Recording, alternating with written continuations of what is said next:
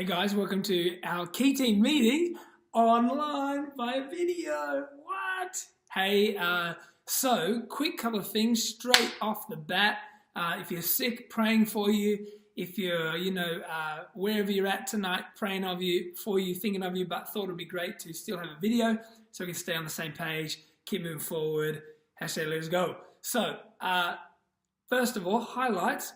Big shout out to the Every Woman Youth team. Jess, Liv, all the guys, all the girls who spent so much time preparing that.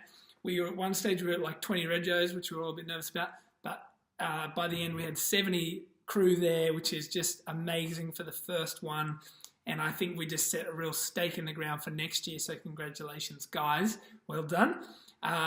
Big shout out to Char and the worship team. They ran a all-in worship rehearsal night last week, and they had Aaron Welsh and Beck Searle came and led and just invested into the team. Charlotte doing such a good job. So well done with our worship. 5 responses at Sunday morning, Oxford Falls location. So Tyler Ancliffe preached. Shout out to you, bro.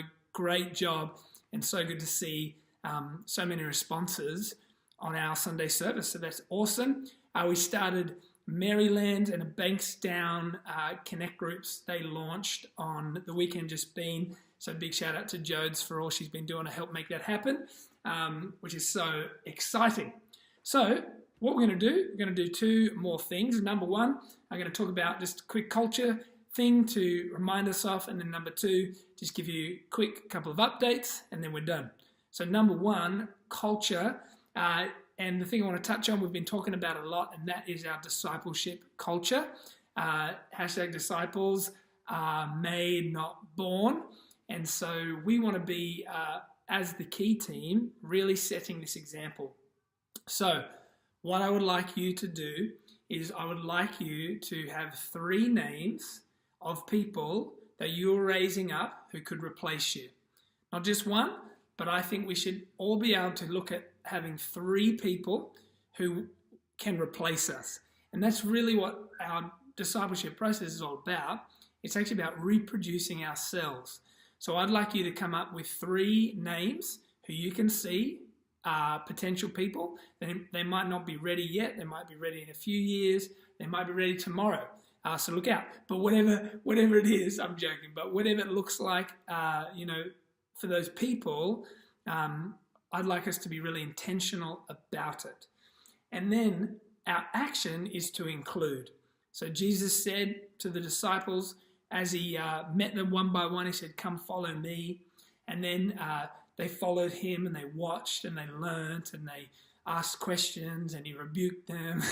and there was a whole journey and picture of discipleship, but there came a point where Jesus then sent them out 2 by 2.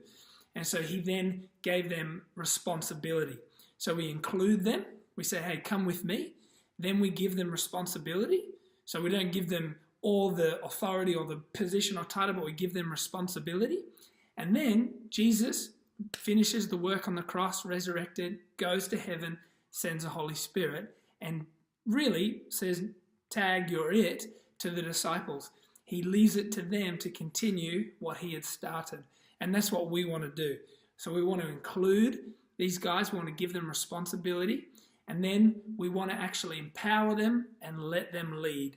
Let them have ownership. Trust them and give them things to own and be responsible for. And that's how we're going to really be effective at making disciples.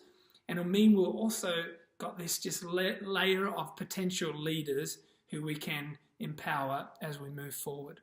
So that's our culture point. Disciples are made, not born. I'd love you to bring those 3 names to our next meeting on the 7th of November. A couple of quick updates. We'll have a budget update from Sophie on the 7th, and also on the 7th for our next one, we're going to talk about summer camp. So come with ideas, inspiration, thoughts, things you think we can make better for summer camp, and we're going to hash that out in that meeting. It'll be extended.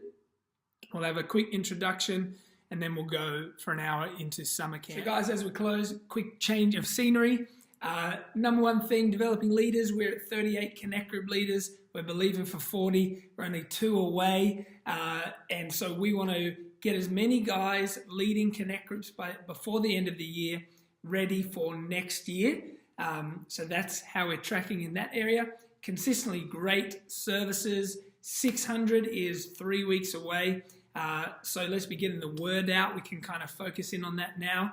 The after party, like we said before, is the 12th of November. That'll be the album launch. But that weekend, believe in God, we can see 600 youth across all our Sydney locations. Third thing is Max Amazing, our major events, summer camp. We're at like 150 regos. So we're 50 off 200. We want to get to 200 by the 12th of November.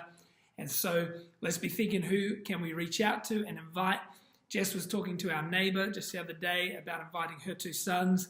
So even just people in your local community that we can invite and help register, let's be doing that. The brochures are nearly ready to get out into the schools and communities, so we can really do everything we can to get as many people to summer camp. Last point is this weekend on our theme forward, we're talking about forward focus, directing our lives towards our future, and this week specifically about forgetting the past and reaching to what's ahead. We want to help young people find forgiveness and also find freedom as they move forward and not be focusing on their past, but focusing on what God has ahead of them. So excited for this weekend. Love you. Thanks for watching this video. Miss you, but can't wait to see you this weekend. God bless.